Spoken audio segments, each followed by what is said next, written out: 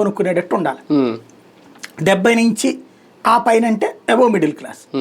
1.5-2 కోట్లలో విల్లాలు కట్టుకోండి, కట్టేసేసి వీటిట్లలో ఈ కొనుక్కున్నప్పుడు నీకు భూమిని 4 కోట్లకి ఇస్తున్నాను కదా, అది పోను నువ్వు అమ్మేసుకో, దాంట్లో లాభం నువ్వు సంపాదించుకో, 4 కోట్లు మాకు ఇచ్చే జమ. ఇది నువ్వు రియల్ ఎస్టేట్ అని పిలిస్తే రాడా ఆంధ్ర వాళ్ళు? వాళ్ళని ఎందుకు పిలవు నువ్వు? ఆడొచ్చి ఇక్కడ చేసేది ఏంది? వాడికే అక్కడ కన్స్ట్రక్షన్ చేత కాక చైనా వాడిని తెచ్చుకుంటాడే, మలేషియా వాడిని తెచ్చుకుంటాడే. ఆడొచ్చి ఇక్కడ ఈ గోళల్లో ఏం చేస్తాడు? అట్లాగే ఇండస్ట్రీస్, వాడికి ఇండస్ట్రీస్ పెట్టడమే రాదు, ఆడికే పెట్టుకోవాలా. వాడు వచ్చి ఇక్కడ ఏమి ఇండస్ట్రీస్ పెడతాడు? లేకపోతే సంస్థలు ఇక్కడ పెట్టుబడి.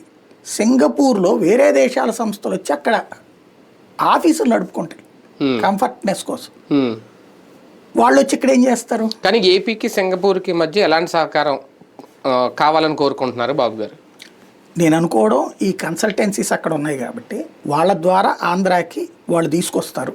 అంటే వాళ్ళ దగ్గర ఎవరెవరు పెట్టుబడిదారులు ఐడియా ఉన్నారు కదా, ఎలాంటి వాటిలో పెట్టుబడులు పెడతారు ఐడియా, ఏ రంగాల్లో వీళ్ళు వెళ్ళి ఎక్స్ప్లెయిన్ చేశారు. ఇప్పుడు అదంతా కూడా ఇప్పుడు జోక్ ఏంటంటే జగన్ పెట్టినటువంటి పథకాలన్నీ ఇప్పుడు ఆయన చెప్పుకొచ్చారు. అక్కడ ఇప్పుడు ఏమడిగారు, ఏం చెప్పారు వాళ్ళకి? మా దగ్గర పోర్ట్లు ఉన్నాయి, హార్బర్స్ ఉన్నాయి, దాని బేస్డ్ గా బోల్డ్ అంత నడుతుందని చెప్పారు. రవాణాకి ఇబ్బంది ఉండదు, ట్రాన్స్పోర్టేషన్. అమరావతి బేస్డ్ గా